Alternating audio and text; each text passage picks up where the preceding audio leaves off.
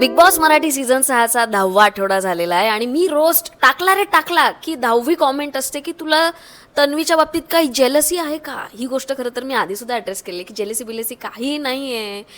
पण परवा एक कॉमेंट होती की अमृता तुला तन्वीतले पॉझिटिव्ह काहीच दिसत नाही का.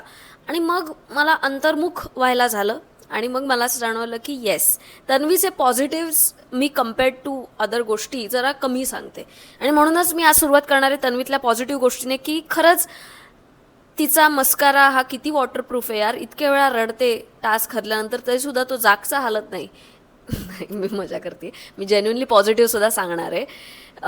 हे पा कसं असतं माहिती आहे का की आता हा रोस्ट आहे तो शार्पर आणि असा फ्लॉ किंवा कॉन्ट्रडिक्शन नोटीस करून देणारा असला पाहिजे, हा माझा प्रामुख्याने एक थॉट असतो. आणि त्यामुळे जेव्हा कुठल्या एका सदस्यामध्ये मला त्याचे फ्लॉज किंवा त्याचे कॉन्ट्राडिक्टरी बिहेवियर जास्त दिसतं, इनकन्सिस्टन्सी जास्त दिसते ना, त्यामुळे फोकस तिकडे शिफ्ट होतो. त्यामुळे ह्या गोष्टींच्या मागे त्या गोष्टी लपल्या असण्याची शक्यता आहे. पण ही गोष्ट मी सुधारणार आहे. बॅक ऑफ द माइंड मला कुठेतरी असंही असणारच आहे गोष्ट की अरे तन्वीतले जे पॉझिटिव्ज आहेत ते विकेंडच्या एपिसोडमध्ये एनिवे त्याचा उल्लेख होतोय. म्हणजे हडप्पा मोहनजोदडोसारखं उत्खननात अगदी ते ब्रशने माती ती बाजूला करून करून करून करून तिच्यातले जे पॉझिटिव्ज असतात तर ते अगदी बाहेर सांगितले जातात. त्यामुळे कुठेतरी असं असेल की ज्या गोष्टी ॲड्रेस नाही केल्या जात किंवा ज्या प्रामुख्याने मला जाणवत आहेत तर त्या आपण बोललं पाहिजे, हे असू शकतं कारण. पण ॲक्च्युली मग मी त्या कॉमेंटला रिप्लाय केला की खरंच मी माझा रोस्ट जो आहे तो जास्तीत जास्त न्यूट्रल करण्याचा माझा प्रयत्न असतोच, तर तो अजून मी करेल. तर तन्वी ही चांगली प्लेअर आहे, ती स्ट्रॉंग प्लेअर आहे, ती विजिबल आहे, तिचा प्रेझेन्स चांगला आहे, डेडिकेटेड आहे, ती गेमला हलक्यात घेत नाही, ती सुंदर आहे. मला खरंच ती ज्या प्रकारे प्रत्येक लुकमध्ये नटते करते ते मला आवडतं. चांगली प्लेअर आहे. स्वयंपाक ती आय एम प्रिटी शुअर ती खूप मन लावून करते आणि सगळ्या याच्यामध्ये असते ती इन्व्हॉल्व किचनच्या ॲक्टिव्हिटीजमध्ये. सो ह्या काही गोष्टी आहेत. अजून या आठवड्यामध्ये 1-2 गोष्टी जाणवल्या त्या मी पुढे सिच्युएशन वाईज क्रमाने सांगेनच. पण ह्या गोष्टी मला सगळ्या वाटतात तिच्याबद्दल पॉझिटिव्ह आहेत. पण अगेन तेच होतं की जेव्हा रोस्ट करायची वेळ येते किंवा असं होतं ना, तर तेव्हा थोड्याशा या गोष्टी मागे पडतात. कारण की बाकीचे कॉन्ट्राडिक्शन, बाकीचा जो एक तिने ज्या तिच्यातला फेकनेस जो तिने ॲम्प्लिफाय करून ती हे करते किंवा तिच्यातले इमोशन्स जे ती ॲम्प्लिफाय करून दाखवते, तर त्या गोष्टी ज्या आहेत तर त्याच्याबद्दल जास्त बोललं जातं. बट लाईक आय सेड, मी जास्तीत जास्त न्यूट्रल हे सगळ्या गोष्टी करायचा प्रयत्न करणार आहे. तर आता मूव्हिंग ऑन टू ॲक्च्युली माझा निर्लज्जपणा. पण बघा आता नियतीचा खेळ कसा आहे रसिका हो, की मला खरं तर या आठवड्याबद्दल बोलायचं आहे, 10व्या आठवड्याबद्दल. पण मला सांगितलंच पाहिजे इथवर आलंय असं. मागच्या विकेंडचा एपिसोड झाल्यानंतर तन्वी राखीला जे म्हणत होती प्राजक्ता एलिमिनेट झाल्यानंतर, ते मला नाही आवडलं यार. आता ही गोष्ट मी बोलणार ना. राखी तिथे काहीतरी म्हणत होती की यार मला वाईट वाटलं प्राजक्ता गेली. आता राखीची खरं तर प्रत्येकाशी किती अटॅचमेंट आहे काय आहे याचं एक साधारण फॉलोअप घेणं भयंकर अवघड असतं. पण असं वाटलेलं काही दिवसांमध्ये की राखीचं प्राजक्ताशी जरा अटॅचमेंट झाली असणार आहे. आणि आता खरं तर राखीच्या टिपिकल चौकटीत बसणारी प्राजक्ता ही प्लेअर होती का नव्हती, तरीसुद्धा ती एलिमिनेट झाल्यानंतर ती व्यक्त होत होती राखी की यार मला वाईट वाटलं ती गेली बाहेर. तिथे तन्वी येऊन तिच्याविषयी गरळ ओकते. कशाला गेलीये ना आता प्राजक्ता बाहेर, झालंय ना तुझ्या मनासारखं. मग आम्ही कधीच एवढं उगाच प्रयत्न करतोय का तिला बाहेर काढण्याचे आणि हे करण्याचे. आम्ही उगाचच म्हणजे करतो आणि ही साखरेचा गोळा गोळा म्हणून हे करणार. आणि तुझी खेळायची ती पद्धत आहे, तिची खेळायची ती पद्धत आहे. तुझ्या पद्धतीने खेळलं म्हणजेच ती चांगली प्लेअर होते का, असं नसतं. तिच्यातले सुद्धा चांगले पॉईंट्स तू काहीतरी बोलू शकते. तिला जाऊन ती अजून तिथे त्या दरवाजाच्या बाहेर तिने पट्टी बांधतच असतील प्राजक्ताला नेण्यासाठी बाहेर, आणि तेवढ्या वेळात हिचं इथे सुरू झालं होतं. मला हे खूप, मग मला हे असं इन्सेन्सिटिव्ह वाटतं यार. मग मला असं होतंच की असं नको, म्हणजे दिस इज नॉट डन. पण मग आता तुम्ही म्हणाल की काय मग जेलस वगैरे, तर मग आता मी काय करू याच्याबद्दल. बट एनिवे, तर आता ॲक्च्युअल 10व्या आठवड्याकडे वळूया. तर तो मगरीचा टास्क होता. त्या मगरीच्या टास्कमध्ये राकेशने पहिल्याच याच्यामध्ये एक अनुश्री असते की जी काहीतरी एकदम वेगळ्या टँजंटवरती एकदम जाऊन ती वागते. आणि एक राकेश असतो जो टास्कमध्ये काहीतरी एकदम वेगळंच वागतो. मोस्ट ऑफ द टाइम्स रद्दच करतो. नशिबी ते रद्द नाही केलं. पण आता विशालशी तू जर एवढा बोलला आहेस आणि राकेशने ती जी काय जबान दिली होती विशालला, ती जबान तर काय दिसली नाही आहे आपल्याला, कोणालाच ती दिसली नाही आहे जबान. पण लेट्स जस्ट ट्रस्ट विशाल की बाबा त्याने सांगितलं होतं राकेशने की मी तुला वोट नाही करणार. आता तिथे त्या 3-4 मुंग्या त्या सगळ्या जमल्या होत्या बझरपाशी. संस्कृतीचं काय एक होतं मला माहिती नाही, जाऊन तिथे उभी राहायची. काय झालं की तिथे जाऊन उभी राहायची, बरं वाजवायची तर नाही. तुझा काय मुद्दा आहे, तुझं काय डील आहे ते तिचं तिला माहिती.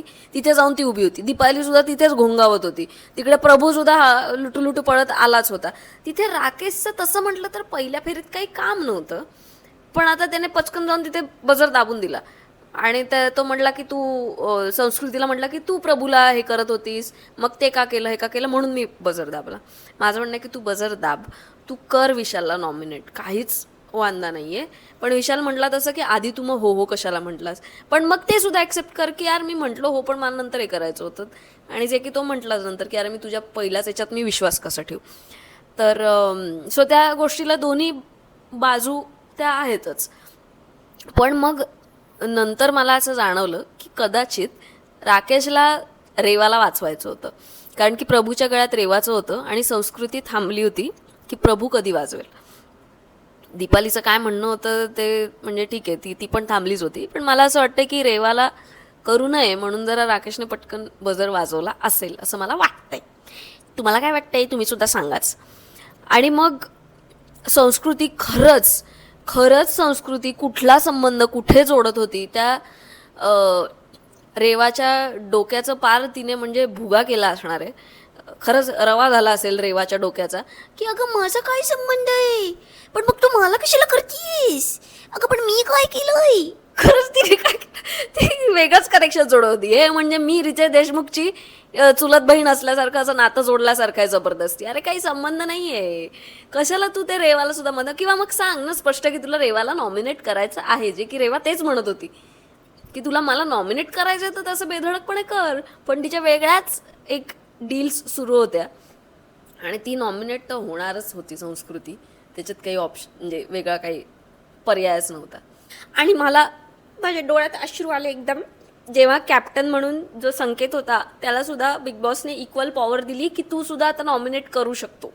त्यामुळे मला असं जरा बरं वाटलं, मेरे कलेजे को ठंडक पहुंची की भाई अच्छा आहे. संकेतला सुद्धा आता काहीतरी एक पॉवर दिली आणि मग त्याने दीपालीला केलं, जे नेहमीप्रमाणे दीपाली पचवू नाही शकली.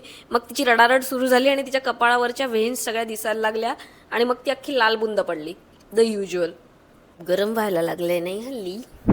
तर पुढचा जो टास्क होता जिथे गरमागरमी झाली ॲक्च्युली, राखी आणि चहाच्या निमित्ताने एक भांडण झालं. तर राखी ही ओव्हर रिॲक्ट करण्यात माहीर आहेच आहे, जे तिने केलं. पण मेजर यातलं कल्प्रिट, मेजर रॉकेलचा कॅन जो सोबत घेऊन फिरते ती होती दीपाली. राखीने नंतर कबूल केलं तसं की यार ते दोघं जण कॅटवॉक करत आले, ग्रीन ते हे सगळं मॅचिंग घालून, तेव्हापासून तिच्या डोक्यात ते गेलं होतं. आणि मला असं वाटतं की दीपालीचं नंतर चहाच्या ह्याच्यात काहीच काम नव्हतं.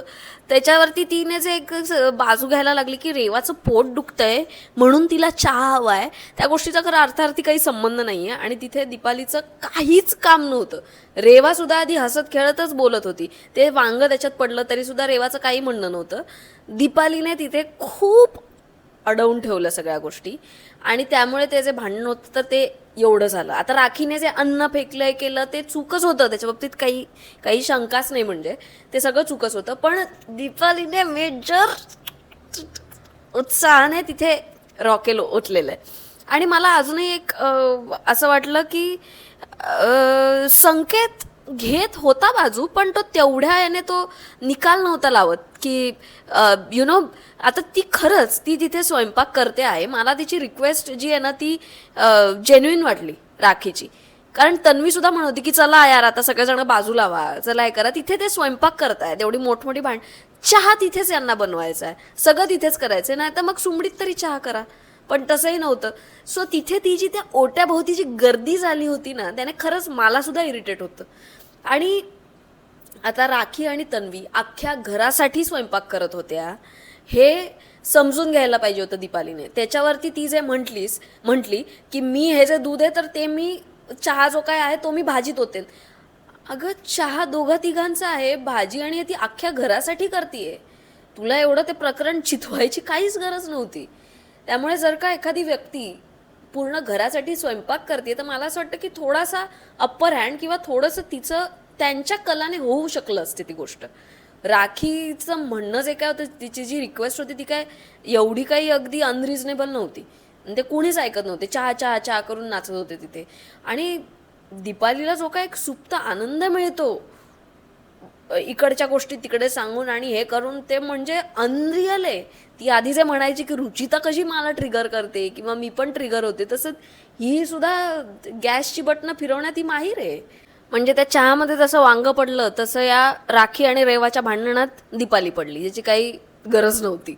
राकेशचं एक वेळ लोक ऐकत होती, तो तिथे पडत होता मध्ये आणि तो बोलत होता, पण संकेतने थोडं कॅप्टन म्हणून तो जे नंतर एकदम गिवअप करून बसून राहिला होता ते त्याने नको करायला पाहिजे होतं. थोडंसं त्याने सुद्धा ॲक्टिव्हली तिथे या सगळ्या लोकांना एका पटक्याचा की चहा बिया काही नाही नंतर होणार किंवा असं काहीतरी थोडं अजून फर्मली सांगायला पाहिजे होतं. तो होता तिथे, नो डाऊट तो होता तिथे, पण नंतर तो जे एकदम बसून राहिला होता ते नको त्याने करायला पाहिजे होतं.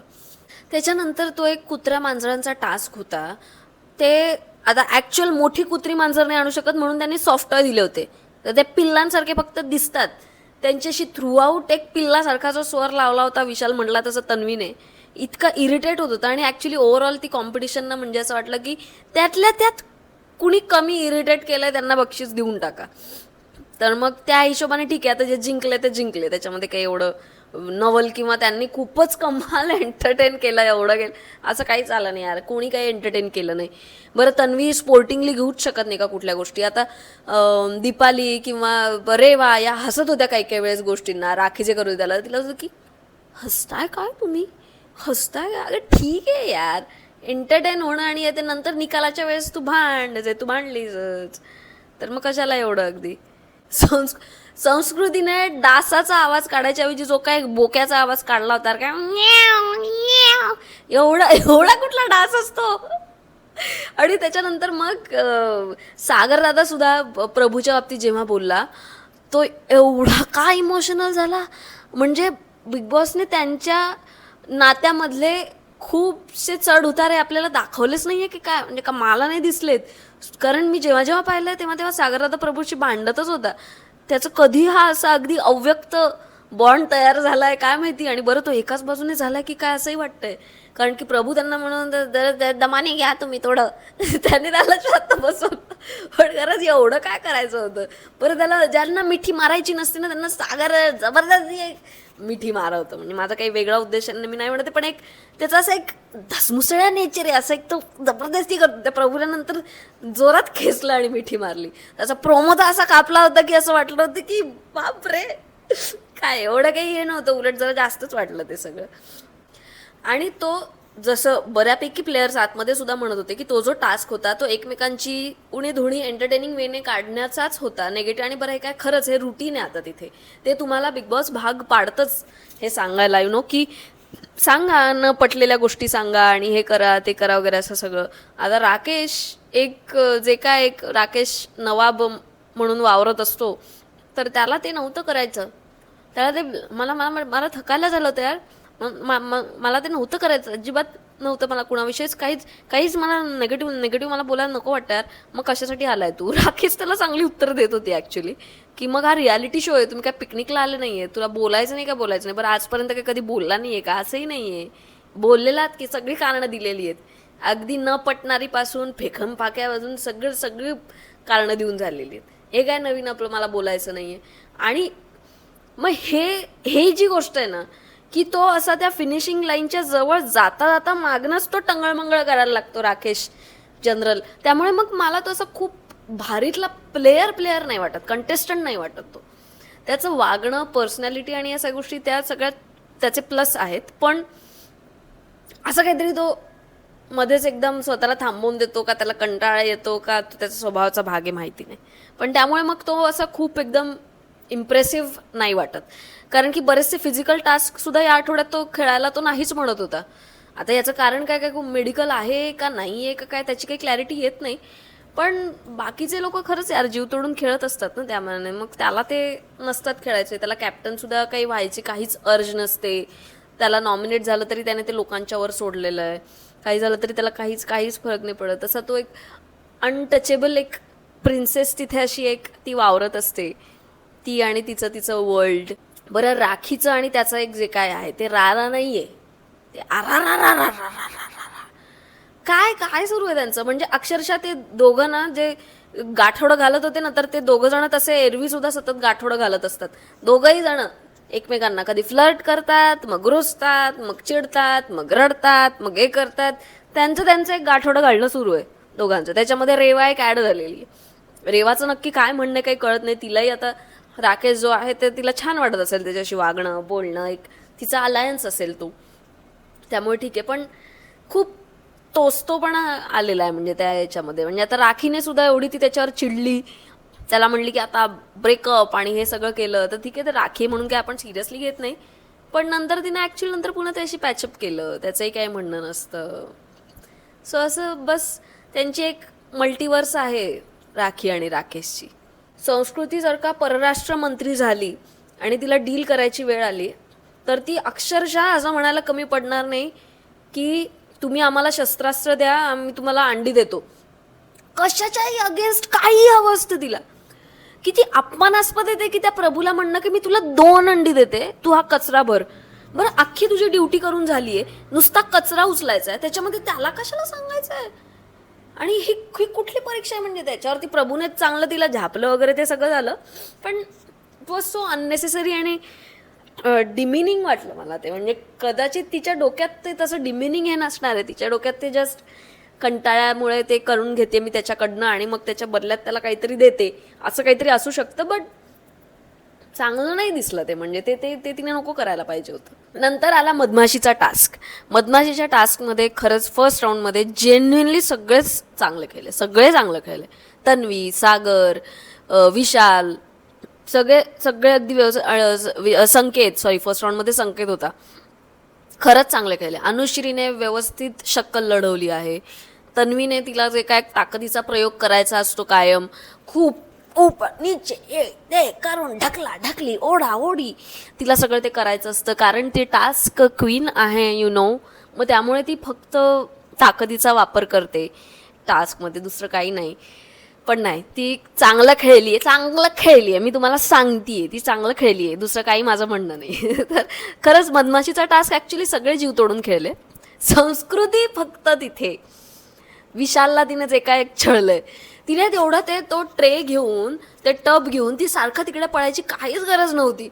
त्या विशालचा जो काय असं त्याचा क्लोजअप लागत होता की तो ओरडत होता संस्कृतीच्या नावाने की बघा तो इकडे आहे, तो इकडे.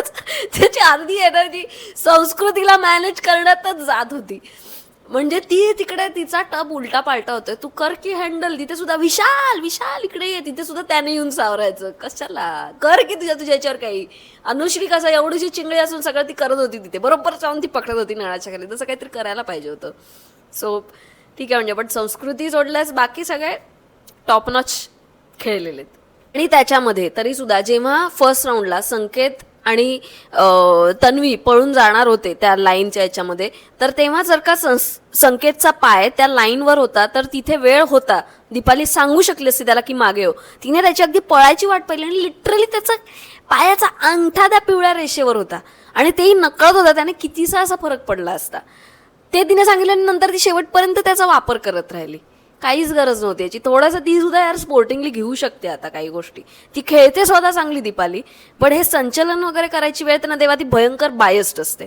त्याच्यानंतर मग दीपालीला लागलं सुद्धा, इथे लागलं मग इथे लागलं, तू असं करून का उठलास शेवटी, का उठलास वगैरे सगळं झालं. पण मग त्याच्यावरती विशाल येऊन तिला सॉरी म्हणत होता, तिला मनवत होता. तर वरून तन्वीबाई वरून जाऊ दे ग नेहमीच आहे, कॉपी पेस्ट आहे, ते काहीच गरज नव्हती हे बोलायची, काहीच गरज नव्हती. हे हे हे दिसतं ते तुम्हाला चालतं का मग काय हो, जे मला कॉमेंट करतात ते किती अननेसेसरी होतं. आणि अगेन त्याच्यावरती विशाल जे तिला म्हणला की तुला माझ्याशी बोलायची तुझी लायकी नाही आहे किंवा हे नाही आहे. फार कमी वेळेला विशाल असं काहीतरी बोलतो आणि ते हमखास तन्वीच्या बाबतीतच असतं, कारण ती बरोबर उंगल्या करते काहीतरी आणि त्याच्यामुळे मग ते चिडून बोलला. पण लायकी काढायची काही गरज नव्हतीच त्याने, तर अजून वेगळ्या प्रकारे काहीतरी हँडल ते करूच शकला असता अर्थात. आणि मग काय तन्वीला चांगलं हत्यार मिळतं ना, की अरे लायकी काढतो आणि मग हा विषय ॲड्रेसच नाही होत. या पूर्ण शोभर तो माझी लायकीच काढत राहणार आहे आणि हे करणार आहे. ठीक आहे तन्वी, कळलंय. एकदा गप्पांमध्ये विशाल म्हटला की राकेशचं वय 40 आहे आणि रेवाचं वय काहीतरी समजा 19 आहे. त्यांच्या वयात थोडक्यात फरक आहे आणि हे ते दॅट वॉज व्हेरी सरप्रायझिंग. कारण की ज्या दोघांच्या बद्दल कायम वयाचा डिफरन्स आणि याच्याबद्दल जी एक व्यक्ती ओके होती, जी व्यक्ती ती गोष्ट बाजूला सारून फक्त इमोशन्स आणि याला अरे तो काय झालं यार, मग काय झालं यार, जर का समजा वयाचा डिफरन्स असेल असं सगळं बोलत होती, तिने ते ना म्हणणार ना. आणि मग फ्रायडेचा जो टास्क होता तो मला असं वाटतं खूपच रंजक होता. अतिशय रंजक ठरला तो. मनोरंजन सुद्धा झालं, रंजक सुद्धा वाटला. याचं कारण तेच होतं की खूप टास्क सुद्धा तो इंटरेस्टिंग होता आणि जरा अनप्रेडिक्टेबल सुद्धा लोक वागत होते, त्यामुळे जरा असं ते छान वाटलं. आता ती मिरची जी उचलायची होती तर त्याच्यामध्ये मला असं वाटलं की काही प्लेयर्स जे होते तर ते खूप जीव लावून खेळत होते. काही जण ॲब्सोल्युटली खेळत नव्हते, ज्यांना काही पडलेली नव्हती, ते बाय चॉईस तसं करत होते काही जण. आणि काही जणांना काही खरोखर त्याच्याशी काहीच घेणं देणं नव्हतं. त्याच्यापैकी अनुश्री ही अगेन कायम टास्क ती खेळतेच, ती चांगलं खेळते असं, आणि बझर बिझर की माहिती आहे तिला, ते माहिती आहे की तिची शक्ती केवढी आहे आणि त्याच्यानुसार तिला बरोबर ते जमतं की कधी कंप्लीट डोकं वापरून हे खेळायचं आणि कधी बरोबर चपळता दाखवायची, हे करायची, ते तिला बरोबर कळतं आणि ती ते तसं करत होती. तर अनुश्री तर चांगलाच खेळली आहे टास्क. फक्त ती आधी जे म्हटली, म्हणजे मी जेव्हा संकेतचं पाहिलं की संकेतने खरंच काहीच एफर्ट्स नाही टाकले दुसऱ्या राऊंडला ते मिरची उचलण्यासाठी त्याच्या टीममधल्यासाठी. पण मग मला असं जाणवलं की सुरुवातीला अनुश्री असं म्हटली होती की माझ्यासाठी प्रायोरिटी कोण आहे, तर सगळ्यात आधी कुणाला काढायचं आहे, तर संस्कृतीला, मग राखीला आणि मग प्रभूला, आणि जर का वाचवायचं झालं तर मी आणि विशालच, हे ती संकेत समोरच बोलली. त्यामुळे मग मला असं वाटलं की जर का संकेतने असा यॉर्कर टाकला असेल तर काय हरकत आहे, म्हणजे अगदीच चालू शकते ते. कारण की त्याचं ते वाईल्ड कार्ड एंट्री आहे, त्यांना खरंच कोणी वाली नाही आहे. राखी, संस्कृती आणि त्याचा जो काय नाईटला टॉक झाला त्याच्यामध्ये त्यांना कळलं होतं की आपल्याला सुद्धा प्रायोरिटी द्यायची आहे स्वतःला. फक्त मला असं वाटलं की अनुश्री जरी चांगलं खेळली तरी सुद्धा राखीसाठी तिने एवढी कारणं देण्याची काहीच गरज नव्हती. तिने लिटरली चिथवलं राखीला. आता राखीला कधीच कॅप्टन व्हायचं नव्हतं, तिला कायम ती खुश व्हायची, मला जबाबदारी नको, हे नको, असे थोडेफार कारणं दिले असते तरी चाललं असतं. एवढं काही त्याच्यामध्ये तिने कसं तिची कॅप्टन्सी कशी वाईट होती, हे होती, ते होती, ते करून तिने स्वतःवरती ओढवून घेतलं स्वतःचं बाहेर जाणं. म्हणजे तिनेच तिच्या फटाक्याची वात तिनेच लावली. त्यामुळे मग नंतर तो फटाका फुटला आणि ती बाहेर आली. आणि मग मुद्दा आला की विशाल जेव्हा तन्वीसोबत डील करू पाहत होता प्रभूसाठी. बरं, प्रभूला तर काही पडलेलीच नव्हती, ही फॅक्ट आहे की प्रभू या थ्रूआउट या गेममध्ये कुठेच असा ॲक्टिव्हली काहीतरी प्रयत्न करतोय किंवा हे करतोय असं काही विशेष काहीच असं दिसलं नाही. त्यामुळे तो डील करत नव्हता. त्याने ती डील करायला पाहिजे होती का, तर येस, त्यानेच करायला पाहिजे होती. ते आद्य कर्तव्य त्याचंच आहे, सगळं आहे. पण आता तन्वी तिथे जे काय एक पूर्ण त्या मिरचीला हे करून बसली होती, कव्हर करून बसली होती, तर याचा अर्थ तू तिथे आहेस ना त्या गेममध्ये, तू काहीतरी जीव लावून खेळतेस. मग तिथे खेळताना ॲटलिस्ट स्ट्रॅटेजीने तरी खेळ, तिथे तुझा इगो बाजूला ठेव. तो जर का डील करायचं म्हणतो आहे तर तू ॲक्च्युली विचार करू शकली असते. काय नाही दुश्मन दुश्मन दुश्मन यार, कुठल्या तुम्ही, माझं म्हणणं की कुठलं दुश्मन काय आहे. विशालने तिच्याशी वाईट वागून किंवा असं खूप अगदी हे करून तसे बरेच दिवस झाले आहेत. बरं, विशाल या गोष्टी खूप पर्सनल ठेवत नाही, हे माझं रीडिंग आहे की तो टास्क वेगळं किंवा एक वागण्यातले खटकणारे पॉईंट्स गेममधले म्हणून वेगळं किंवा वेगळं, पण तो काही असं पर्सनल खूप ठेवत नाही दोघा तिघांमध्ये. हिने एक जे धरून ठेवलेलं आहे, हिनेच एक ग्लॅमराईज केलेलं आहे की कशी माझी दुश्मनी ही त्याच्यासोबत आहे. छे बाबा, मी तर कधीच नाही, मरेन पण हे नाही करणार, शेवटच्या दिवसापर्यंत. हो ठीक आहे, कळलं तुला तो नाही आवडत आणि तो तुझी प्रायोरिटी नाही, कळलं, पण काहीतरी स्ट्रॅटेजिक वाग ना. तुझा इगो जो काय तो बाजूला ठेव.